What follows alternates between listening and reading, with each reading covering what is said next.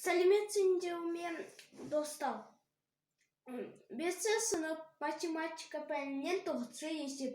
Натурал сандар және 0. Қосылғыштардың қосындысы түрінде 2 тәсілмен жазыңдар. Бұл жақта 4915, 6083, 15009, 25467, 10800 және 26030. 4915-тен 4910 қосу 5. Біз есепті мынадай түрде сығаламыз. Мысалы, қандай да бір санды алсақ, оның құрамында бірнеше сандар бар. Мысалы 6097. Ол сан 6000-нан және 90-нан және 7-ден тұрады.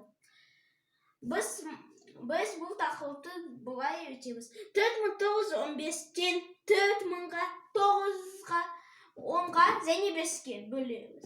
Өйткені бұл сан 4000-нан, 9-дан және 10-нан және 5-ден құралған.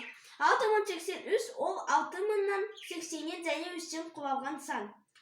15009 10-нан, 10-нан, 5-нан және 9-дан құралған. Ешқашанда 15000-ді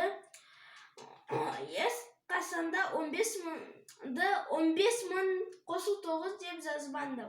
Өйткені 15000 ол да бірнеше сандардан құралған. 15000 10-нан және 5000-нан құралған сан. 25467 ол өте қиын сан. Өйткені бұл жақта өте көп сандар кездеседі. 25467 ол 20-нан, 5000-нан, 400-нан, 60-нан, 60-тан және 7-ден құралған сан.